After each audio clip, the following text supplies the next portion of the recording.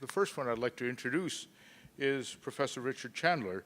He is professor and head of the Department of Statistical Science at University College in London. He goes back in his connection with Howard as a postdoctoral fellow, and Howard was involved in his original appointment. And he'll be speaking about weather generators, past, present, and future. So, Richard. So, thank you very much for the opportunity. It's a real privilege and a personal pleasure to be able to see you off the premises. So, as John said, Howard gave me my first job. And it was to do with stochastic rainfall generation, which is something that I've been involved with ever since. I had done a PhD in mathematical statistics, terribly theoretical, worrying about whether your third-order approximations were correct. Howard made me put some wellies on and go into the field and look at rain gauges, and that has transformed the way that I think about doing mathematics and statistics. So I've never looked back. One of the things that Howard was always very big on was downscaling. We're doing a lot of this because we're looking to the future, we're trying to plan, we're trying to assess the effectiveness of mitigation and adaptation strategies for water resources, etc.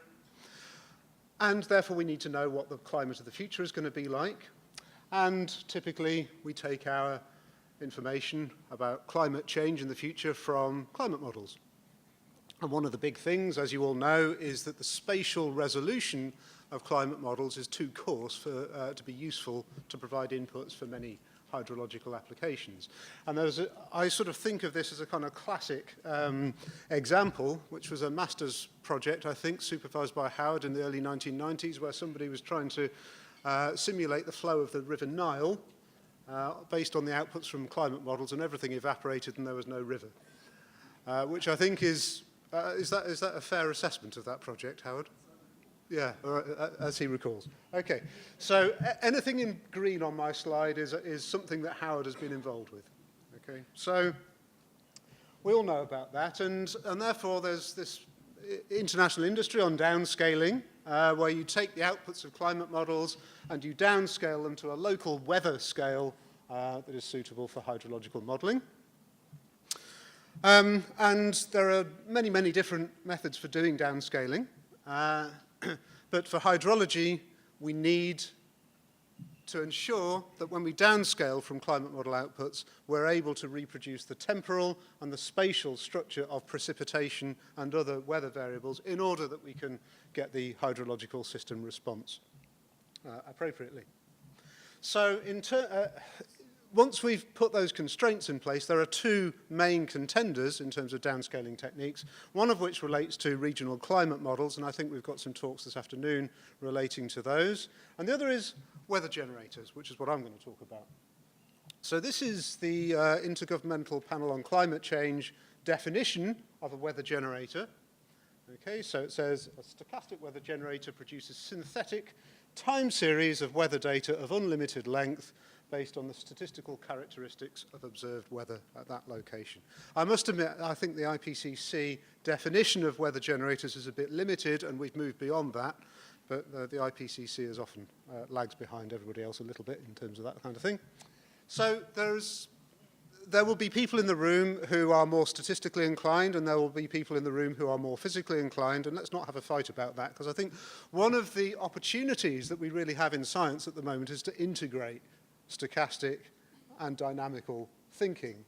And I think we're almost at a crossroads about that, where we have the opportunity. The technology is at a stage where we're able to contemplate bringing them together and exploiting the best bits of both. So the brief for the speakers was think about the past, the present, and the future. So, and where have we got to in the last 40 years? So the term weather generator was coined, I think, in 1981. And so there's a classic paper by Richardson. And although in fact, it built on ideas that have been current in hydrology since at least the early 1960s, looking at stochastic models for rainfall. And I think Christian Onoff will talk about some of those kinds of things in his talk after mine. And the idea is that you make rainfall time series at a daily time scale are really, really statistically challenging, because I think all statisticians should be forced to study precipitation for at least 3 years before they're allowed to qualify. Because most statistical methods are based on normal distributions and this kind of thing, and rainfall just isn't. And I think if people were aware of it, I go to stats conferences and talk about this, and people are open-mouthed when they look, you really have data that look like that? It's like, yeah, just look out of the window, you know. In the early days, the techniques that were used were very much conditioned on the fact that nobody knew how to model rainfall statistically, except via some rather simple things. So they found some simple models for rainfall, and then they conditioned everything else on those. And unsurprisingly, because the models are rather simple, they don't work very well. And again, there are some IPCC guidelines there. So it's widely acknowledged that weather generators, by which the IPCC mean the earliest generation of weather generators, do not adequately describe spell lengths, which are important for water resource management. They tend to underestimate the variability of seasonal means or totals. That's called underdispersion. And they're not very good at doing extremes. And there has been a kind of industry trying to fix these things, and I sort of think that a lot of the methods that have been introduced to try and fix those deficiencies are really addressing the symptom rather than the cause, and I think that's something that we do in science sometimes.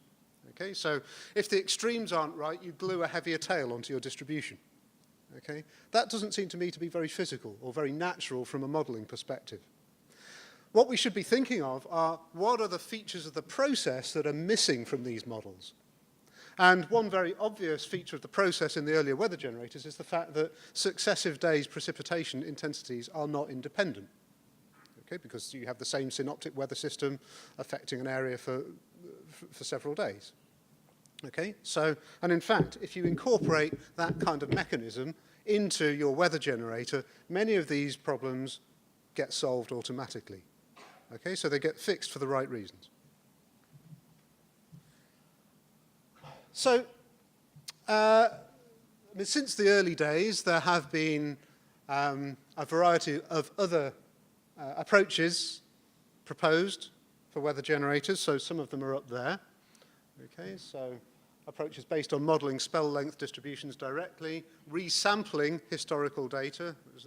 There's some really nice ideas there. Christian Onoff will be talking about subdaily weather generators.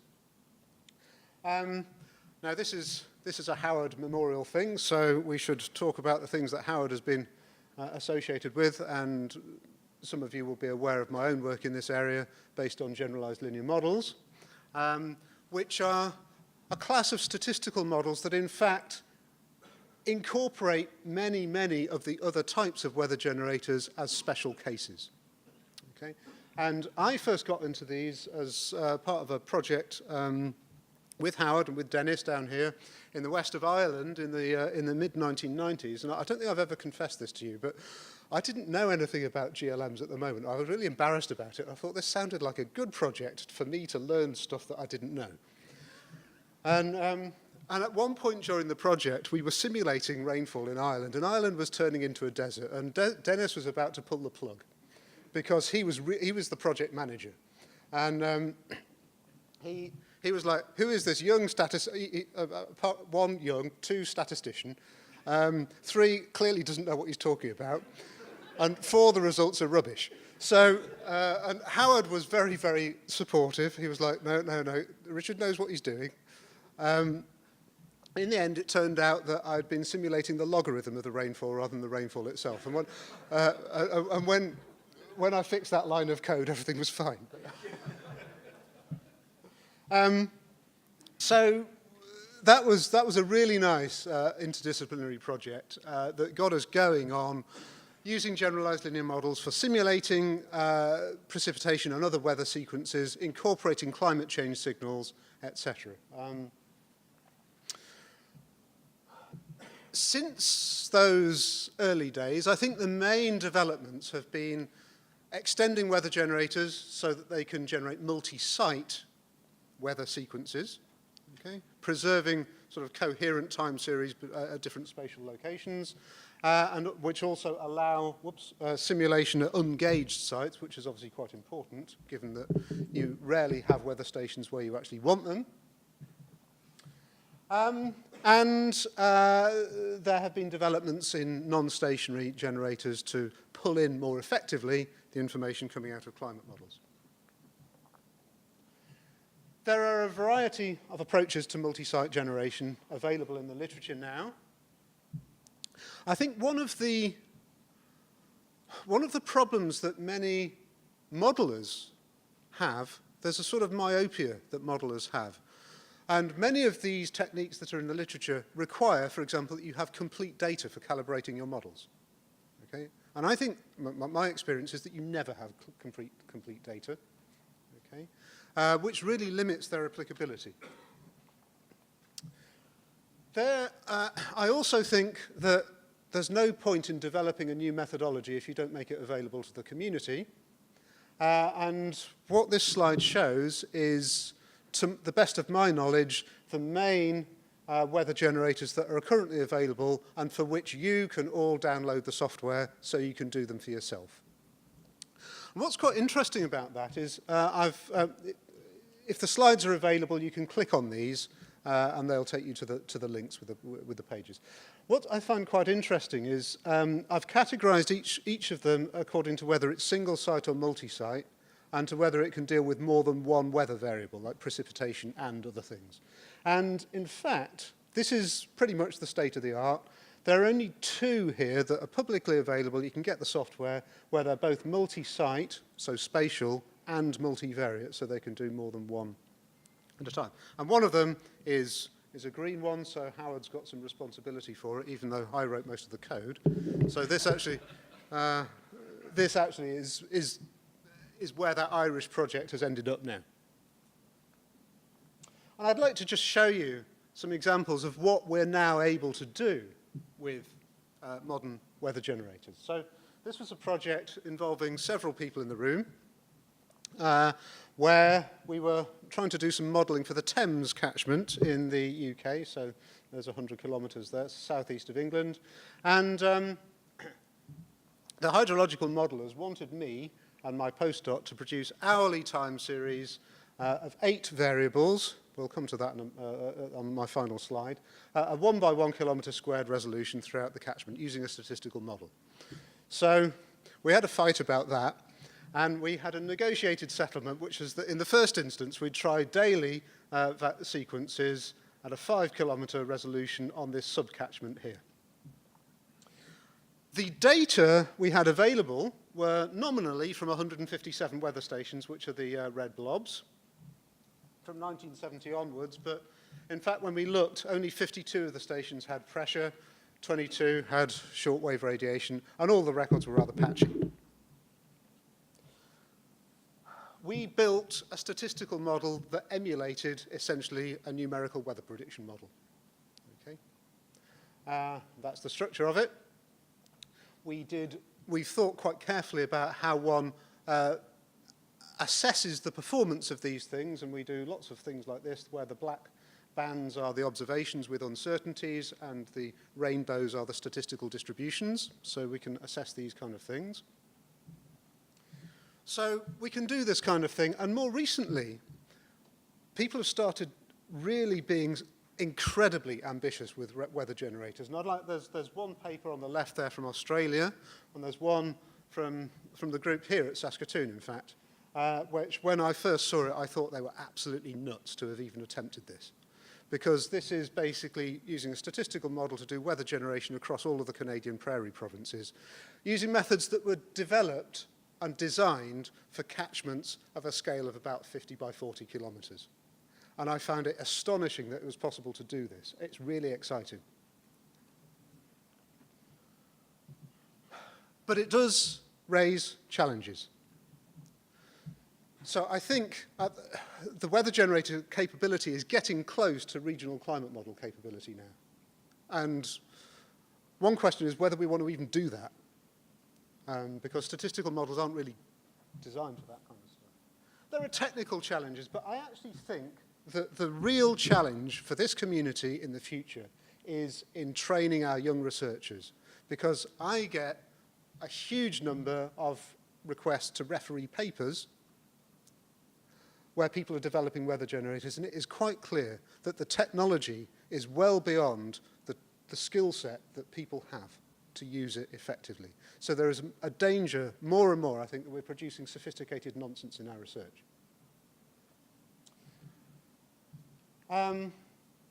There are some horribly familiar challenges that we still have. Wouter mentioned data, and I must admit, throughout my career, data has been the bane of my life.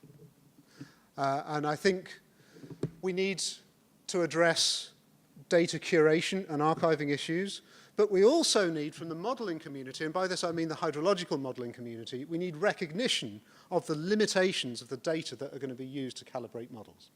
So the reason that we were asked to produce synthetic time series of 8 variables for that Thames catchment example was because the modelers were using a model that had been developed that did its potential evapotranspiration calculations internally using Penman-Monteith, and it needed those 8 variables.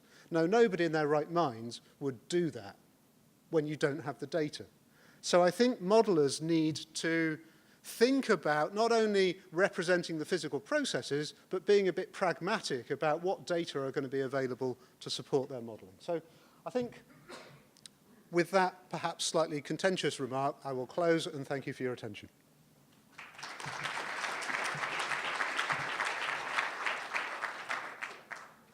Please stay up. So we have time for some questions. Yes. I would turn that remark about data on its head and say, as modelers, we need to actually be pointing out the bottlenecks. As modelers, we need to be pointing out the bottlenecks in terms of the data that we really need that's achievable to actually get our predictions. Do you have a comment on that?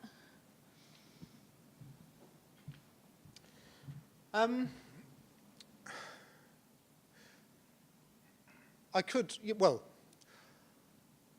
some of us have been pointing that out to the data providers for many, many, many years. And I think sometimes if you want to change the world, you have to work with it rather than against it, I think. And the reality is it's going to take a culture shift in data provision, and actually in the resourcing of data provision in order to enable people to do this. And I think there has to be a bit of give and take on both sides there. Yeah, I do agree with that completely. But I also think that we could probably improve our predictions in order of magnitude with some very achievable data. So I think if we can work both ways, that's really important.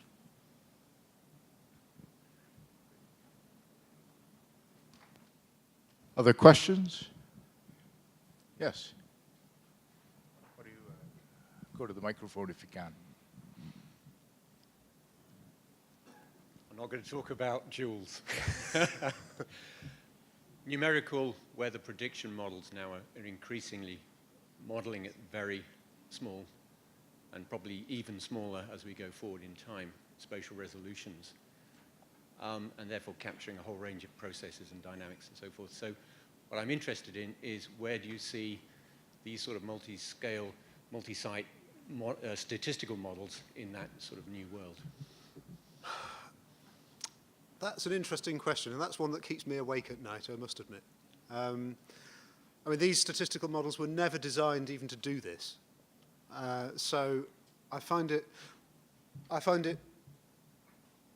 astonishing that they do provide credible outputs at the kind of scales that are needed. I do think, though, that there are a couple of things that the statistical models are good at that the numerical ones are perhaps less good at, and that is running quickly. So, for example, if you are doing the kind of, if you're doing decision support of the kind of thing we were hearing before the break, where people are interested in running different scenarios, etc., and you want some bespoke weather sequences coming out, then maybe you want to run half a dozen different scenarios. It's going to be much easier to put a statistical model on somebody's desk and get that quickly than to run a regional climate model, for example. Now, that situation may change. I doubt it, because what the regional climate modelers do is they the models run too slowly, so they ask for a bigger computer so that they can run their model more quickly. And when their model is running more quickly, they put more detail in it to slow it down again. So, so I think the science, that tension is always going to be there. And I think there will always be a place for rapid simulation tools for scenario evaluation. Okay. Richard, just a quick question that I have. You notice it's snowy outside, and we're dealing with an environment where we have snowfall, rainfall, and cold regions processes. And one concern we have is the spatial covariances between some of the driving meteorological variables and the autocorrelations amongst these. And what prospects do you see for statistical downscaling techniques in this sort of very challenging part of the world? Well, I think if you throw enough resource at a problem, you can solve it. I think it's fair to say that on a global scale, the kind of cold region stuff hasn't been studied as intensively as other things. And actually, what you're doing here is starting to address that. But I think it would be a really exciting thing to explore that, methodologically and in terms of what can be achieved. That's work for the future. Yeah. Great. Well, thank you so much.